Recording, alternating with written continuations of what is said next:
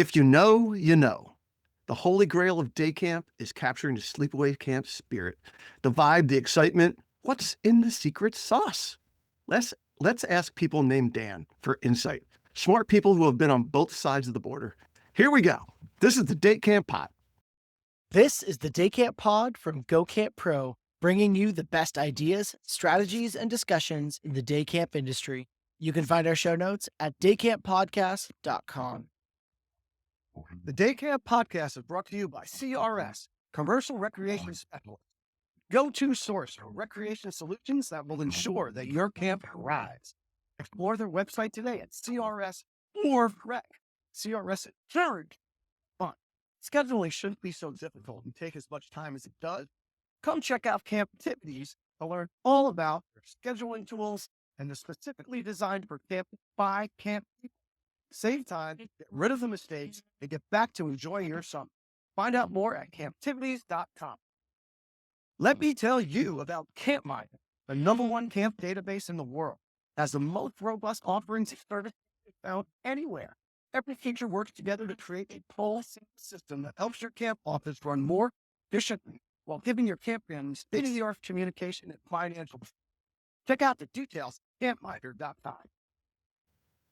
Welcome back to the Day Camp Pod. I'm Andy Pritikin, Director of Liberty Lake in the Philly suburbs, New Jersey. I'm Sam Thompson from Crystal Lake Park District, Crystal Lake, Illinois. And I'm Jordanna Grossinger, Director of Camp Robin Hood in Ontario, Canada.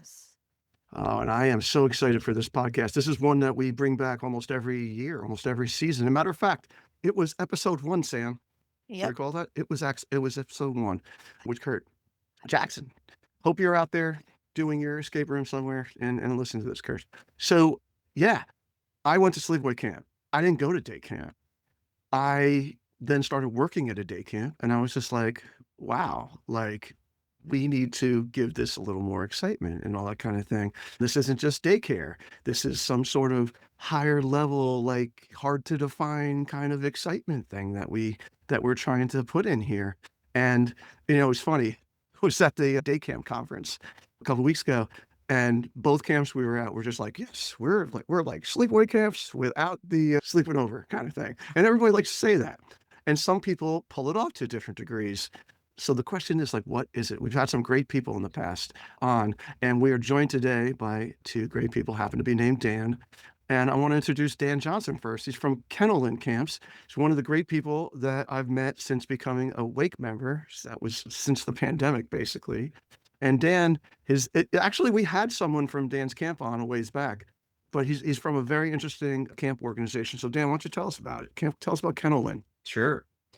Yeah, thanks for having me on. As Andy said, we are in Santa Cruz, California, and we're an interesting organization because of the foresight of my wife's grandparents back in 46 when they got the property. They started a program, it was a sleepaway camp, and through ACA, some speaker said at the time, "What are you doing for teens?" And so then in 1956, they purchased another property, an adjacent property, and started a sleepaway camp for teens. And so that's the story. Of course, the subtext is we also needed water, and there was a spring on that property. So that program over time started to dwindle as high school sports and other, summer camp opportunities for teens came up, and the teens went down to join the overnight camp, our original program, and so eventually those weeks were open and we started running a day camp. So from the beginning, our program was completely modeled off of the overnight camp. And then over time, some of those things fell away and, more day camp appropriate things came aboard. And yeah, that's a little bit about our story and just grateful to be a part of it. So Dan, you started at the sleepaway camp, right? That's right. Yeah. In 93, I was a counselor here at Kennelin. And like so many folks that are blessed enough to meet their spouse at a camp, I did. I wound up with the owner's granddaughter. So I lucked out. And, have kind of a, my story is I started in 93, came back in 96, eventually was year round in 98 and worked as the day camp director until 2006. because it's a family business, I stepped away and wanted to pursue some other things, just for my own growth. I worked in the construction industry for 12 years as a consultant. And then my sister-in-law dangled out the opportunity to, come back in purchasing a camp in Huntington Lake. And so I started running that camp after having, been an overnight camp counselor, but mostly running day camp. And so that was what brought me back. And sadly, after opening that camp, there was a crazy fire and our camp burned down in 2020. So I only got to do it for a summer and have all those things that, as a day camp guy, there was a little bit of, for me, there was actual jealousy of when you see, as a day camp person, you go home. I was grateful to be home with my wife and young family, but you miss those connections. When you see people, the level of relationship and connection to the camp and each other. And so it was great to dive into that, for a summer and try some of those things. The camp burned down and I wound up, the day camp director at the time retired. So I went back, I didn't have anything else to do at the time. And so I'm, back running the day camp since then, since 2021. And fortunately we've rebuilt that program. So my wife's cousin is it's family affair. So now he's running that. But yeah, that's a little bit about my story. And I think it's great that you started this, podcast. I don't really think about it a whole lot because it's just something that we do, a part of, the nature of our program. But, I love talking about how to find connection because that's what really serves me, as a camp director and of course our, staff and our families and kids. So it's interesting. You talked about how it's so much easier to forge these connections when you're living with people 24 hours a day, right? Yeah. When you're trapped in the woods with them for 2 months, basically, right? Right. Well, yeah, you're right. You had no other choice. So, right. So, I mean, I want to get back to that because it's like, it's such a challenge for us day camp wise. It could feel so transactional with our seasonal staff, but let's hang on to that. And let's just introduce Dan Weir, who, I don't know, Dan, fourth time on the pod, maybe? Oh yeah. Do I get a little jacket when I hit 5? No, or not until the fifth. Not to the 5th. Okay. Yeah. Okay. I get a little patch. I get a. Thank you. Yeah. So Excited to be back. It's a little Michael Brandwein thing. We give it to you. Yeah. Oh, I love much. That'll be perfect. That's great. So Dan came up through the ranks at Sleepaway Camp, right? Ended up managing the camping program at Frosted Valley, which is vast, to say the Yes. least.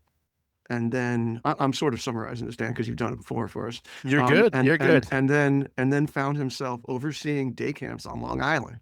Wow, what a difference! Long Island. Yes. Yes, what a difference of lifestyle, right? So Dan has, and camps. And when you're talking about Long Island, when you're talking about YMCA camps, as you were talking about, we talk about like Sam all the time, municipal camps, right? You're not talking about big budget things, but I think the Sleepaway Camp spirit transcends budget. Yes. Yes. Right.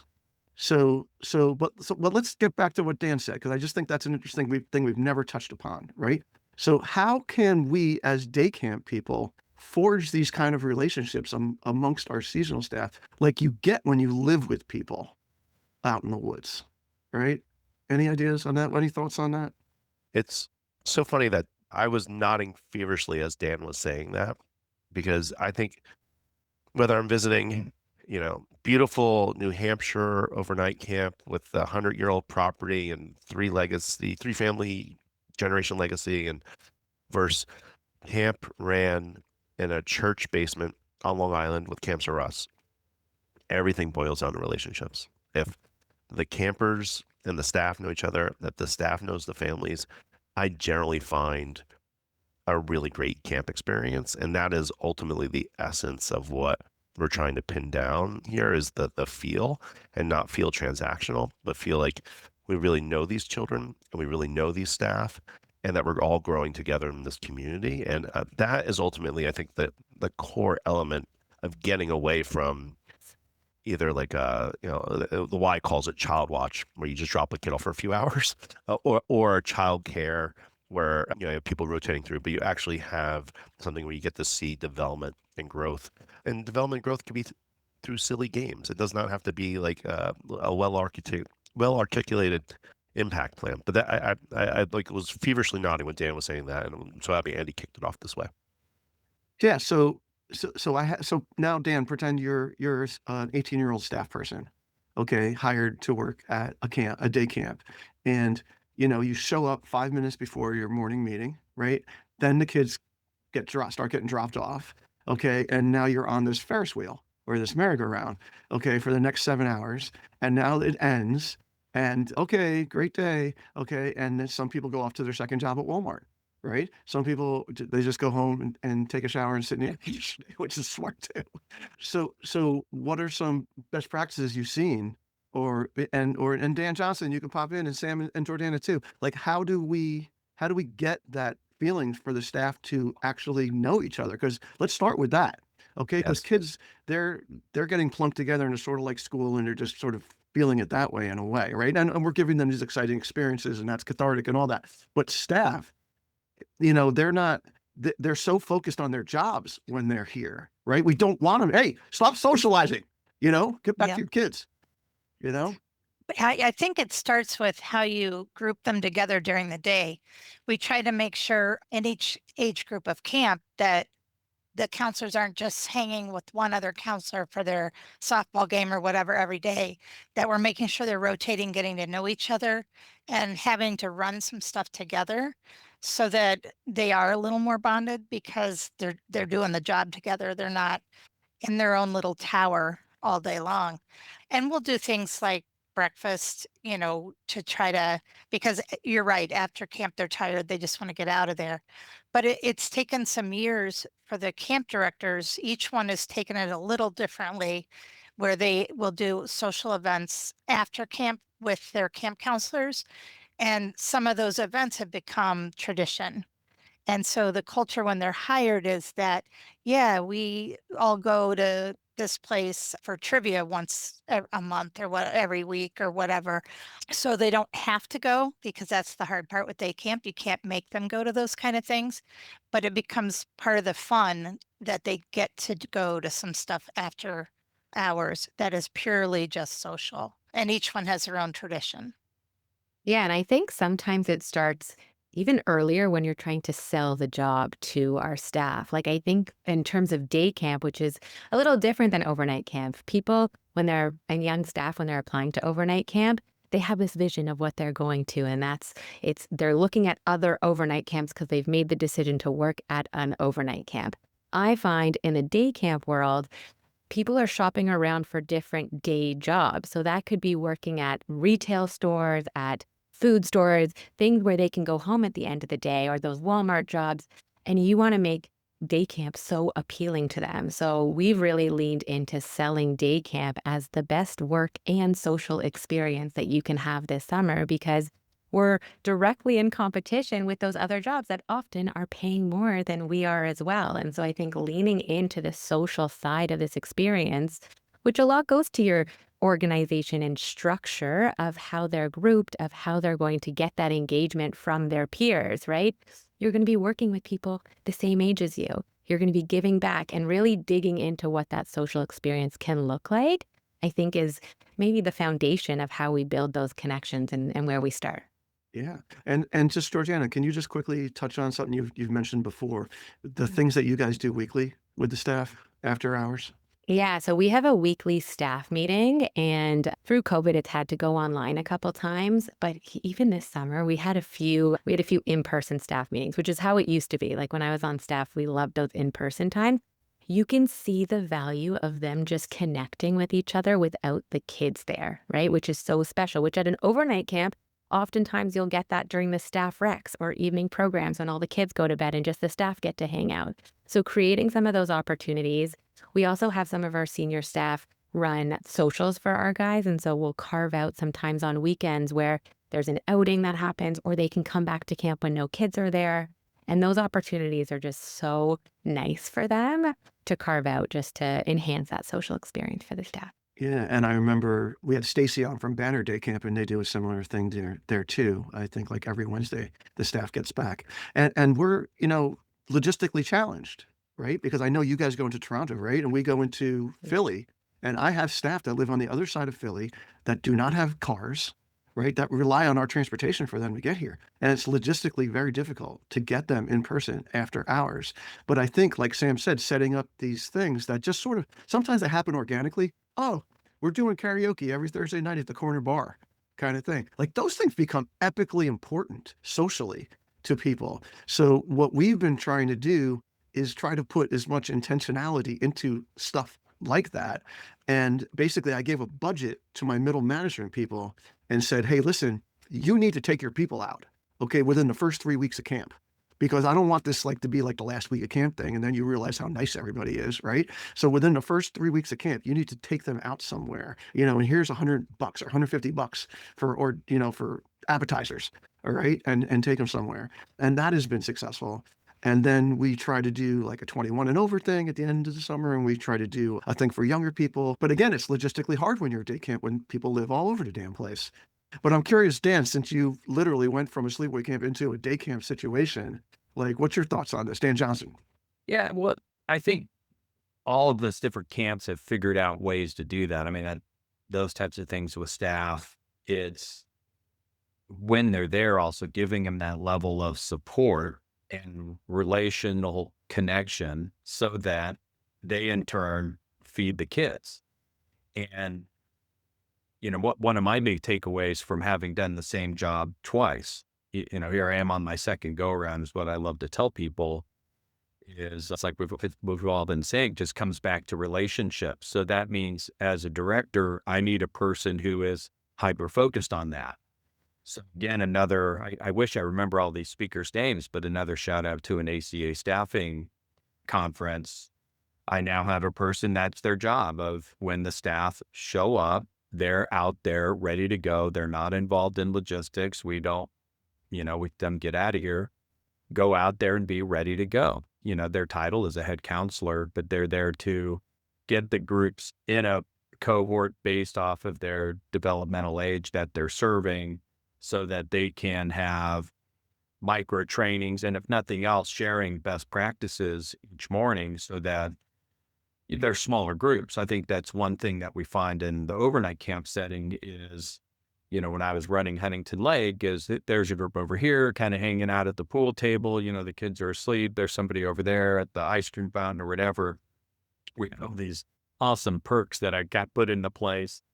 But at the day camp setting, if you're not, is so much of it, there's all these social things and you get these social cliques that start to happen. And I love it when those relationships happen. But when the group really thrives and that vibe of love and caring and support for the kids, when that really happens, it's when they start some of those just social cliques break down and they're focused more on how do I support this person that maybe isn't exactly like me, or we're not going out on the weekends or at night after camps. I really found that those cohort meetings where you're in a group of say 8 or 12 people, I mean, my camp's pretty small. We're only 50 staff, but eight people say together is super helpful. And then again, that person there that's ready to greet them. And I try to do that where I'm out and just with no agenda whatsoever. Although, I've got my little pad of paper with like the 20 things and I need to talk to this guy. That's a dress code violation. You were late. I saw that happen with this kid. I have all those things, but in the morning, that's my opportunity to really connect with them, kind of like my kids, when my kids come home from school, when I'm, the rare occasion when I am working from home, I try to be available. So yeah, those are some of the things. Dan, what about you? I have one story and then I have one actionable tip. So story wise, I survey a lot of camp staff for camps. So I often get hired by entities that are very large and want to know what's going on at their camp and want to know what their staff are thinking. Maybe like they've had some issues or maybe they just haven't checked in a while. So they like hiring a third party. And one of the things I love asking staff is why they choose to work at camp. And so finding that it's very funny. We brand Gen Z as like only wanting money, but actually the top 3 reasons are community building and friendship. a sense of purpose and meaning and personal growth. I'm not gonna lie, number 4 is pay. Like they definitely want money, but they want these relationships. Everything we just talked about is tied into relationships in some way. So the actionable tip, I think we have to start so granular. We have to teach them how to listen. We have to teach them how to talk. I know that sounds silly, but adults don't even know how to talk. I mean, I was at a family rehearsal dinner the other night, and people were having trouble sustaining conversation. So literally breaking down, I personally love nonviolent communication as a way to teach people. So like how to express observations, communicate feelings, articulate needs, and making requests. That's my take on how to do it with training camp staff, and I do it frequently. There's also just body language, but we have to teach people how to listen and how to form a relationship in a way that's everlasting. Not just, can you do this, can you do that, and assume that it'll blossom from there, but really intention filled and making people feel seen and heard. You know how much work goes into building the perfect camp schedule, and when a key staff member leaves, you can feel like starting from scratch. That's where Camptivities comes in. Built for camp people, by camp people. It protects your institutional camp knowledge and ensures every camper gets the schedule you promised. Camptivities does it for all day camps. Auto scheduling for staff, campers, groups, manual adjustments to perfect schedules, over 70 reports for rosters and data analysis, tons of customizable settings, and so much more. Schedule smarter at camptivities.com. Sign up before the new year and save 15% on your first year. Now is the time to do it. We'd love to show you the next big thing in camp. Visit camptivities.com to set up a time to chat. Let them help you get away from your desk and back outside. No, that's so true. I mean, this is something that I talk about with my son and Your Jack son's Shop. brilliant at it. Yeah. Yeah, well, but they're hyper aware of it too. You know, he knows like that his generation, these people are tied to smartphones and messaging and stuff like that. And that's their main form of communicating. And I remember I was at the resident care conference a couple of years ago, and I was walking around with Jack Shot, and they have all these great at resident, like Dan was saying about the soda fountains and stuff like that. They have all these great like places for staff to hang out now, you know? And Jack was saying it, and it's like, yeah, this is great. But we literally have to facilitate social situations for them and model it for them. Like we can't just like throw it out there and let photosynthesis happen. It's not like that anymore. So yeah, so I totally agree with what you're saying there. Yeah, I mean, one of the things we do, and I think so many of us do, is we call it just there's staff games and go. Like we're going to play a game and you're going to go home.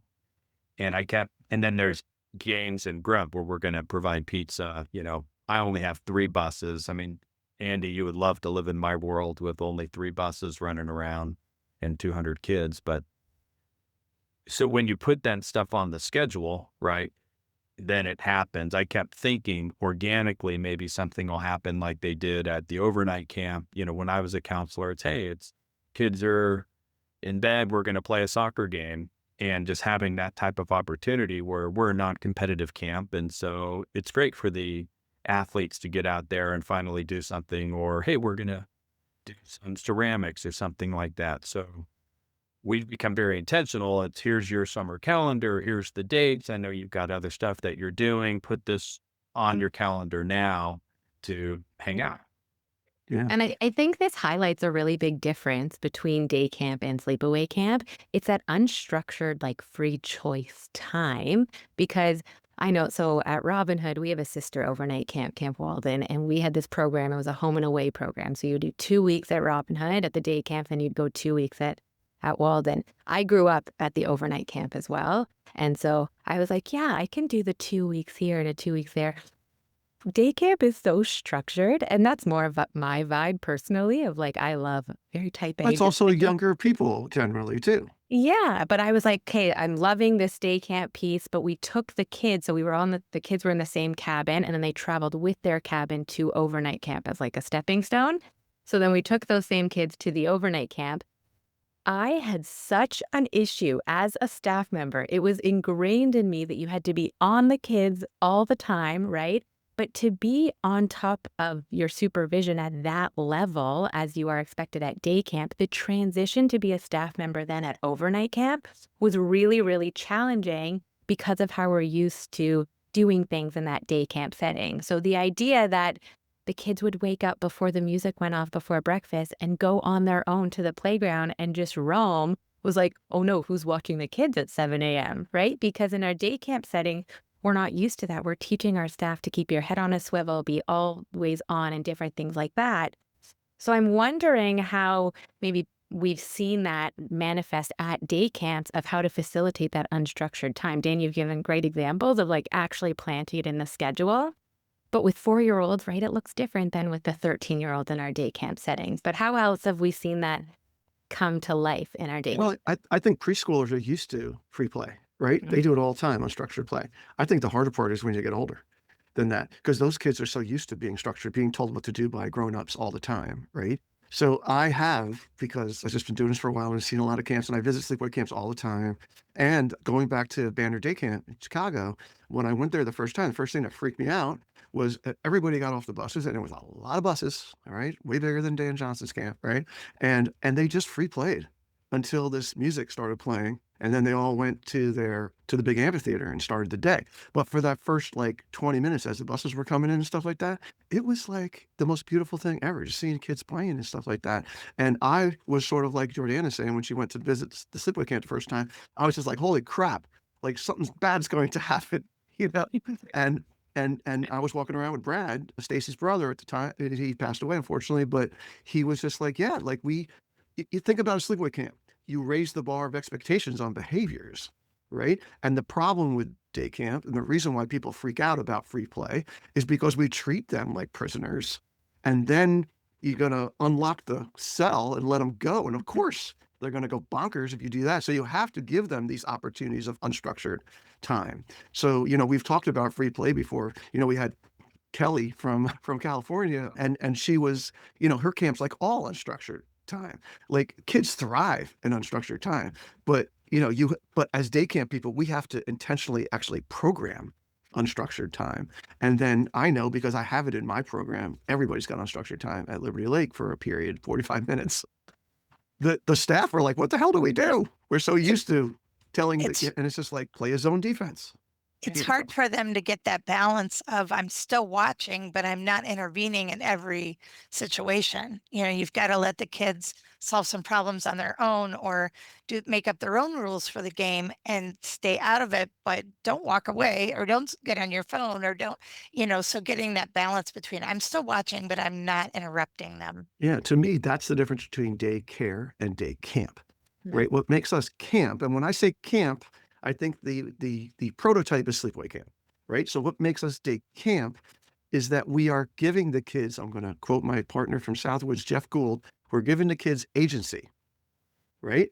We're giving them some agency. We're giving them some rope, okay? We are. And I don't care if it's 4-year-olds or 12-year-olds. We're giving them some rope. And I think that's an important thing. And I think that doesn't happen at a lot of day camps. I think people get sucked into this programmatic thing. You're rushing from here to rushing from here, rushing from here, right? Half-hour periods at most places, and they don't get a chance. And I think that's a really, really important factor in getting kids to actually realize their independence and their confidence.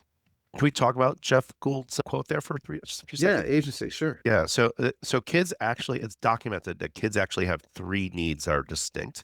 So agency is one of them. So the opportunity to take on challenges. The second is identity. So if you ever ask a child to change their clothes or you put a really strict dress code in place for your staff, you sometimes get people contesting. It's because how they dress is how they see themselves, it sees their identity. You're asking them to change who they are. And then the third is competency, the ability to complete tasks. And this is like academically proven, it's been studied, and kids have this need.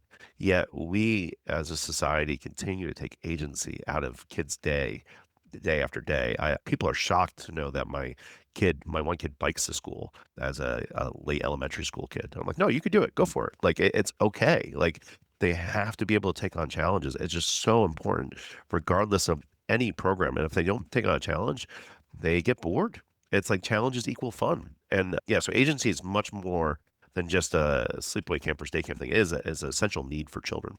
But also the freedom is part of that. Yes. And think about all of us here have been parts of sleepaway camps, right? When I think of sleepaway camp, what do you remember most of sleepaway camp besides water skiing, which I absolutely loved? I loved rest hour. I loved the hour after dinner. I loved those times, where what were you doing? I don't even remember playing Uno. Like, I don't even remember, but it was fun as hell. And that's where like my real friendships with the kids in my bunk were forged, not at baseball, not at archery. Right. And the other one you left out is campfire, right? And at day camp, some people probably call their end of the day campfire. We don't.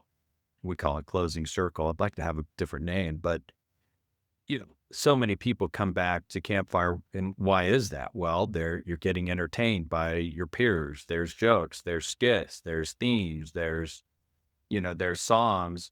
That's an area where I love all that stuff. When you're sitting with kids and they're singing, especially a guitar song. This is my plug for day camps, is to make whoever knows how to play the acoustic guitar at your camp get up on stage and play a sing-along song other than just the repeat after me songs. I love the repeat after me's. I feel like the old man because I get them wrong or whatever. But when you see kids singing together, I mean, that's magical, right? And that's something that transcends so many cultures, and actually singing, not just chanting. To me, that's a real key to giving that sleepaway feel. That and having closure, having, a distinct beginning and a distinct end. And lunchtime is so important that it's not treated like, okay, daycare-ish. It's treated like camp. We're all together. Maybe we're outside at a picnic table. I've seen a lot of day camps that are, in Chicago or whatever, and don't have very much nature or green area, but every camp can fix that because there's a park nearby you could walk them to, or even if you have a little patch, you can do more outside on that little patch to make it feel more like camp than like daycare. There's conservation districts. There's all sorts of cheap ways to get that camp feeling in any situation that you're in. And I think what's cool about what we're talking about is that sleepaway spirit, that nostalgia that you're describing, Dan, of like the songs, the community, all of that, we haven't really mentioned once until now is really the setting. Like, I think when people think about sleepaway camp, they think about Dan's background and Andy's background and what my camp looks like, of that nature. We have cabins for kids and all that stuff. But what we're talking about are relationships, about kids getting agency and autonomy and freedom and structuring your day differently. All of those things can be applied through any setting, which is really cool. And Singing at lunchtime. singing at Like Sam said, lunchtime. doesn't matter where you are. I love that. Like, I think that's the essence of the spirit. Dan, what do you No, think? unless it's K-pop Demon Hunters, then I normally strike down. I I've am got like, 2 daughters. oh my god! I actually do secretly. I'm not so secretly love the K-pop Demon Hunter soundtrack, but like yes, that is the only caveat. But yeah, Golden is my go-to. But yes, It What are doesn't the matter what they're singing. It's the singing together. It's the togetherness vibe. That's what's thing. They could sing. Listen, my camp, they'll sing Country Roads from John Denver. Like, Love till the it. cows come home, And what are some of those other traditions? I know at our camp we have like camp-wide programs every session, so every 2 weeks. And we have our Quest for the Golden Arrow that we just completed our 31st season of doing this Quest for the Golden Arrow, and it's teams for life. So if you start on one team, every year when you come back, you're on that team and your whole family is on that team. And so that's one way that we've tried to have this tradition that's very sleepaway campy, and we've done it at day camp. But what are some other traditions people have seen on different day camps? Before we get other ones, I want to endorse the Teams for Life thing because we did that a few years back, and I think it's awesome. The kids So love fun. it, and the counselors know it's coming. So the staff who have been generals or whatever you want to call them, officers in this, right? They can start planning now because they know they're on that team next year, so they can stick together. And once the season starts and they find out who the new staff are, they're on their team. That actually builds cohesiveness and Sleepaway Camp 5. Yeah, Yeah. those special events really bond everybody because you can do it with multiple age groups at the same time, and they get to see their little brother during the talent show, or their older sister. Yeah. Yeah. I mean, the low hanging fruit here that always gets brought up is like the flagpole kind of stuff. It's like the meeting together in the morning and the meeting together in the afternoon or once a week or whatever it is, And man, Banner's getting a lot of airplay here, but the big assemblies they do, like we had a session on that last year, right? In the mornings and in the afternoons, like that's, even though they're a big camp, they can get a small camp feel by bringing everybody together so well. And I think I haven't been to that program, but I think what they probably do really well is that they set up routine that they're having it every time, but the kids don't know what's going to happen during that. So that's the key with all of this, is that you want those kids walking off that bus, getting dropped off with pure excitement, because they know what's going to happen, but they don't know how it's going to play out. And you want the routine, because routine equals safety. Like, you do need kids to feel safe as they're coming in, right? They need to feel comfortable. But you also want them to feel excitement when they're getting up in the morning. Maybe they're probably dragging out of bed like my 9-year-old is, but at the same point in time, you could say, hey, you got to go to camp. You don't know what they're going to do at flag raising or at morning meeting or wherever assembly, whatever name you have for it. Well, evening activity, right? Think about that. Sleepaway camp. That's the thing. I had no idea what evening activity was actually going to look like every night that I was at sleepaway camp. I just knew it was called whatever. It was Demon Hunters Night. I didn't know what that was going to mean, right? So that's what we do with our spirit events at Liberty Lake, and we have a killer calendar, and we want them hopping off the bus with some unpredictability, because I do feel that is part of the sleepaway camp vibe too. And that 100%. you are a leader of your camp and a pillar in your community. When your customers put tremendous trust in you, Campminder's powerful management tool delivers the day-to-day task support that helps you make every moment memorable and every summer stellar. With 20 plus camp-specific tools in one, Campminder's user-friendly platform is backed by a full team of engineers who are constantly thinking of ways to help your camp stand the test of time. Visit them today at campminder.com. Something that, like we've talked about, like we have to teach our staff a little bit how to do too. I think it takes two things. I think it's definitely being intentional about how you're thinking about your schedule and the routines and all of those things, and also teaching our staff those skills. Like we were talking about with free choice, like it doesn't come naturally, especially now, to our staff to be as creative and intuitive. I know we used to have full periods where our frontline staff would be planning the whole period. That is tricky for them now. And I think this era of staff struggle with that until they're given permission of like, you can totally do that. Like run with it and go for it. Like this is what we want to see. Once they get that permission and some coaching and some encouragement and maybe some modeling, it's beautiful what can happen. But I think the settings that embody that sleepaway spirit are really good about celebrating that and about really encouraging that throughout their staff. Yeah. We're fighting against societal norms. Yeah. That's what we're doing here. But also I want to add that yes, we have to teach our staff this. We also have to teach our parents this. And I think that one of the biggest obstacles here of day camps taking on this, it's riskier stuff, right? Yeah. Because what are you risking? Yeah, you're risking some safety things, because some of the sleepaway camp stuff that we do at Liberty Lake it's a little, pushing it, no doubt about it, but that's part of the excitement. Okay. But also I think that most day camps are like, we can't do that. The parents will freak out. That is the knee-jerk reaction, because at sleepaway camp, you have these kids held hostage in the woods for X amount of time, and you could do whatever the heck you want to do, right? And send the parents an email update, okay? And word it any way you want. And by the time they get their kid's letter, it's already done. So, so I think that if we're talking this language to parents, they will get this, because we're fighting against the societal norm that sucks, right? That structure and predictability and your kid can't be creative on their own and have no agency and all that kind of crap. Parents are smart enough to understand that. And when people sign up for my camp, the parents are buying into that idea. And when I do my new parent orientations and they say, what's Demon Hunter Day? And I'd be like, you know what? I don't even know. That's my program team, but it's going to be great. You do the soda pop dance. You know this. I know you know the soda pop dance very well. I need to. It's on my wish list. I will see it at some point. Your grandkids just got me watching that. One other thing that is from Sleepaway Camp is progression. like that the kids know that when I go from this camp to the next age group, I get to do this extra thing. So the traditions, they're looking forward to things. Dan Johnson, do you have things that you do that kind of progress as they get older?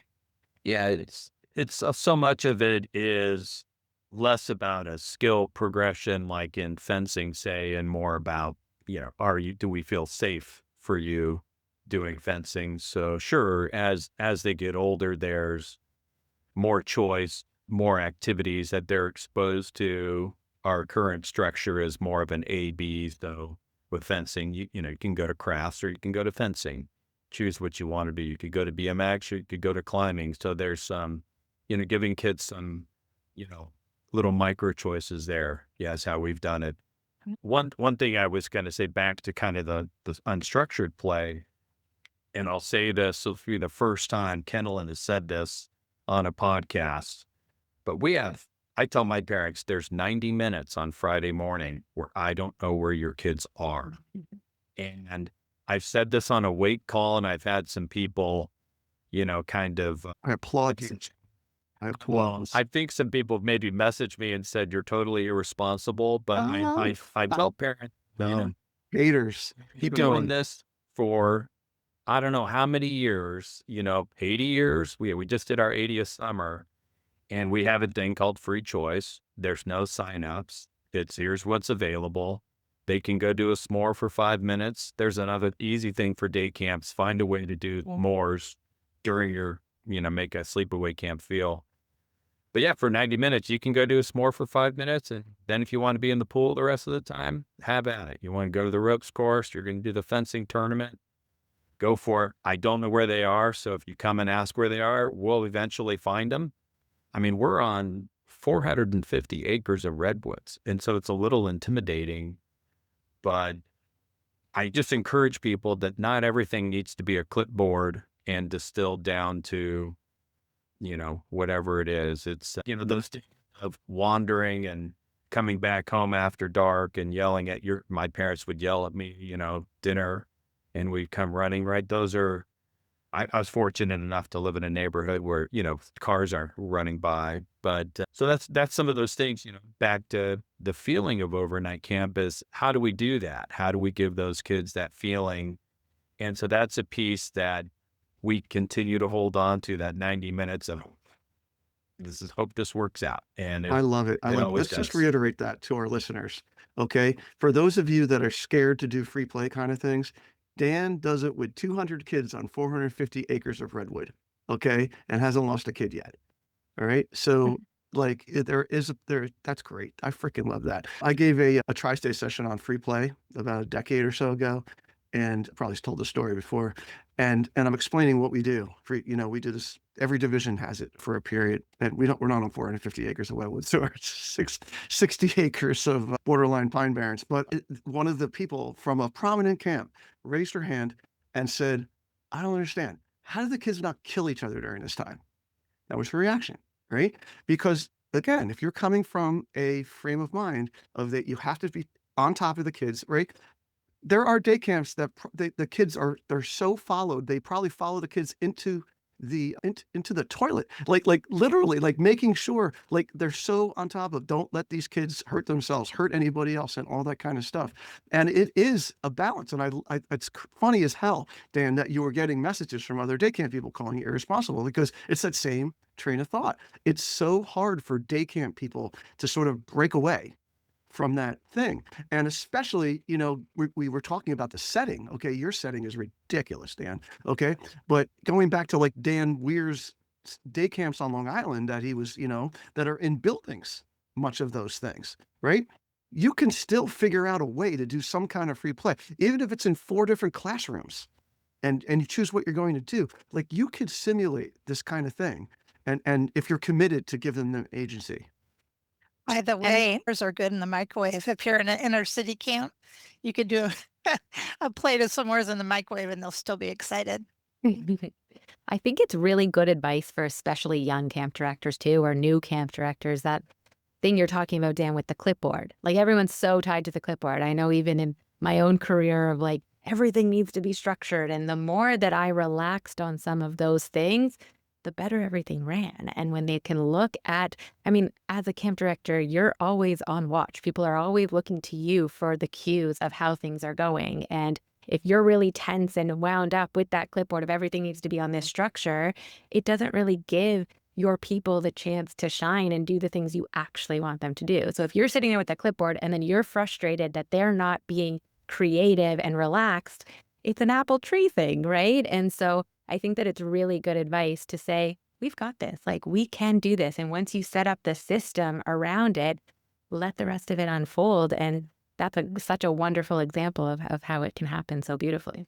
There's actually a formula for fun, and part of that formula is flow, meaning that you're not disrupting the flow. And what the brilliance of an open play session like we're talking about is that you're allowing them to say, okay, I'm good with this activity. I'm going to just dive into this for 90 minutes. No, I want 15 minutes here, I want 15 minutes there. And you're allowing for the child to choose their flow. And that's why the fun is so maximized. And the truth is that when we lose out to other youth programming like travel sports or high-end classes, it's fun. That's really it. The kids having more fun at other programs. And that's where I watch, sadly, our risk management mindset take over and swell, and for good reason, right? Like we want to make sure that we are keeping children safe, but it just you can't let it rule everything, and you're gonna have a poor product, and you're gonna end up not having kids at camp. Simple as that. All right. As we wrap up here, here's my request for you guys. We're gonna put you all on the spot. Okay, we're gonna give one example of things that you guys do at your camp that you think is sleepaway campy. Okay, that people can take away with. All right. So I will start, and I'll say color or break. All right. So whatever you have, Olympics or the golden hour or whatever you want to do at your camp, that kind of thing. The unpredictability of it not being in the calendar, of it coming and not knowing what it's going to be, that has kids sort of on edge all the time. And it's this little cool thing that sleepaway camps do. And by the way, 2-week sleepaway camps do it. Okay. So you could do it at your day camp. And by the way, like at my day camp, we only do it once, and it's 8 weeks, and not everybody's there for 8 weeks at all. So you don't even know what's going to happen if and when you're there, right? I have parents call me all the time, and they're like, "Can you tell me when colorware's going to be? Because that's the weeks I want to sign my kids up for." And I'm just like, well, I don't have one of those Men in Black things to like zap at you to make you forget, you know? So anyway, that's mine. Anybody want to take the next one? I can jump in. Dance off. I did overnight camp. We did it every day after dinner, but at day camp, you could do it every day at the end of lunch. One song, it's a dance off. They're volunteering to do it. And basically you get a giant circle and they go for it. And it could be camper versus camper, camper versus staff. You don't know what the song's going to be each day as long as it's appropriate. And it is wild and hilarious and performative. And it teaches them not only to be silly, but it's also just like, you just don't know what's going to happen.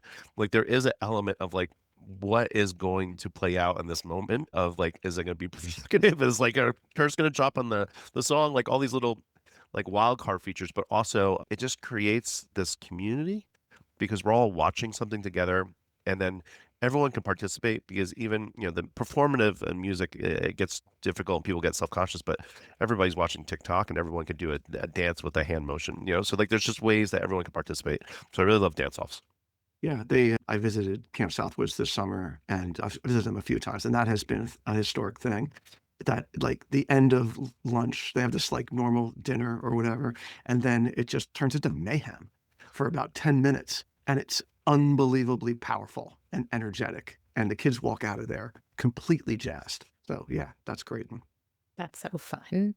At Robin Hood, we have a flagpole, and so everyone gathers around our stage. The full camp community comes, and there's a bit of a show, and we just have some hallmarks in that flagpole structure. So we start with a warm-up dance that everyone knows it's the same for the entire summer. We do some fun awards in the middle and some skits. We have it's like a fashion show for the theme day, so the kids get to participate. We usually have a competition, and then we finish it off with our camp dance that everyone does together, and that's the same for the whole season. And then we sing Hands Are Strong and Cross Arms, which we've been doing for years and years and years. So that nostalgia and those traditions. If you came to camp 20 years ago, you come now and it's the same song at the end That's of amazing. flagpole. Is this daily or once a week or what? We kick off the session, our 2-week sessions with it. So on the Monday, and then we end the week. And then there on Wednesdays, there's an age division flagpole. So they have a junior one and a senior one, and it's more geared to the younger and older age groups. That's beautiful. At Beautiful. Jordanna, we do the same thing at Kettleland since the 40s. It's called Remember. And the staff get up there arm in arm on stage at the last closing circle, as we call it, of each session, and we sing the song. And then everyone has to hum while the director says some sort of super inspiring thing, right? It's always funny when you're the director up there, and then they go off and we sing the song again. And you've done a good job when you look and you've got granted 200 kids, but we'll have maybe 10 that are crying their eyes out. And so that's one thing. You got to have something that your last final, this is your feeling. For Kettleland, it's remember the friends you've made here, remember the times you've had, and so on. Remember.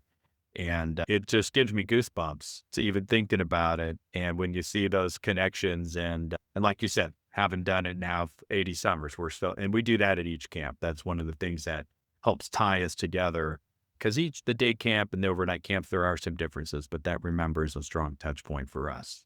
That's awesome. And it's so California and so wakey. I love it. You guys are the best. So I went a little different direction because I was thinking about my special events, and the special events are always so fun because there's dressing up, there's food, there's tradition, there's, everybody together, there's music, all those wonderful things. But then I thought one activity that started maybe 20 years ago, we adapted baseball to be with a tennis racket and a tennis ball. So we call it tennis baseball, but a kid in leg braces can make it around the bases, because even if you have bad hand coordination, you can hit the ball with a tennis ball because you've got much more of a area to hit with, and that ball goes way far. And so everyone has the same chance. You can even have the kindergartners do it. And so at Fridays, they're all together and they all walk across the street, and anyone who wants to join in can join in, and they'll play for hours. So the sports fanatic guys are still happy. The ones who never got a chance to play at school can play, and everybody's happy. So Yeah, I think the breaking the time frame thing, like you said, they could play for hours, like letting the kids play for more than a half-hour period or a 45-minute period or whatever, because that's so day camp also, is that for we're sure. stuck in these structures. We do a half a day music festival kind of thing in the last week of camp, and we just break the program. Like, this is what, here's the different places you could do for the next 3 hours, and of course the type A people, who are so day camp, structured, and mostly the school teachers I'm talking about, right? They're many of them are losing their minds during those 3 hours. There's no More doubt about it. practice. But that goes back to what Jordanna said. They've got to train these people about it.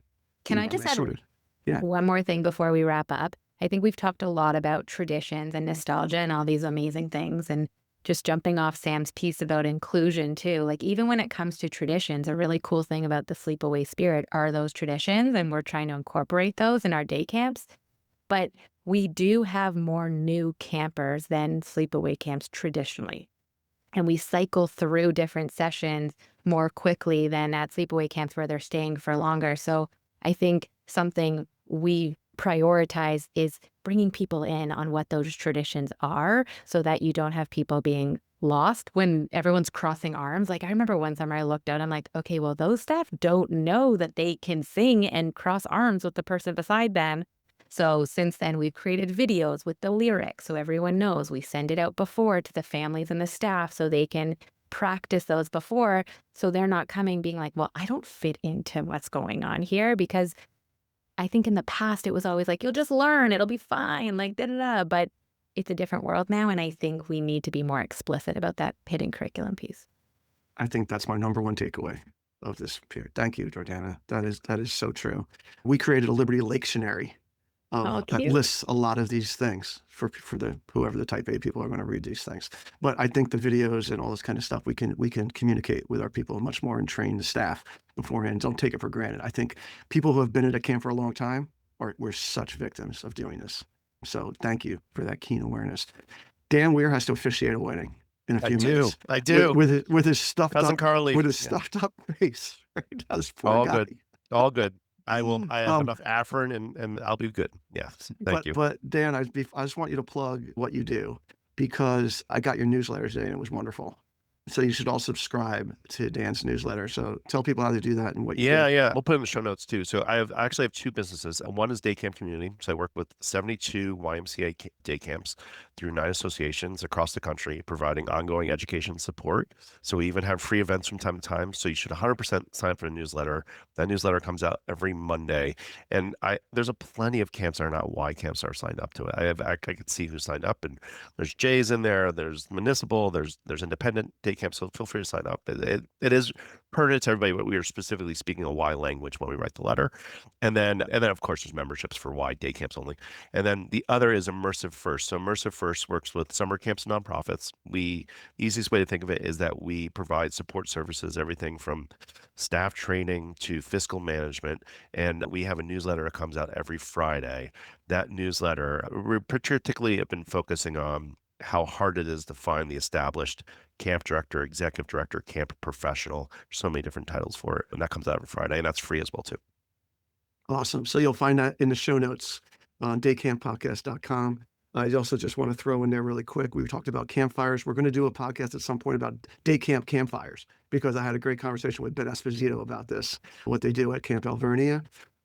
We're going to put a link in the show notes for Nonviolent Communication because that is one of my favorite books.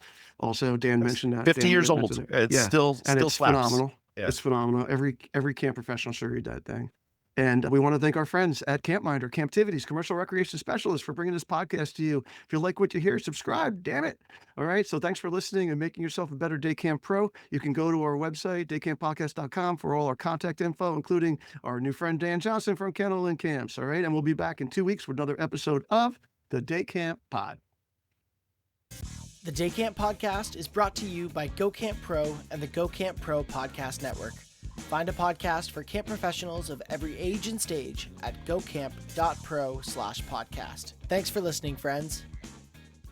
Hey, Camp Pros, we love that our industry is built on sharing. In order to foster that spirit, we hope that whenever you share an idea that you learned from the Camp Hacker podcast, conference, summer camp professionals group, or wherever else, that you're quick to give credit where credit is due. That way, we can all encourage more camp pros to share the tips and tricks that will make camp better.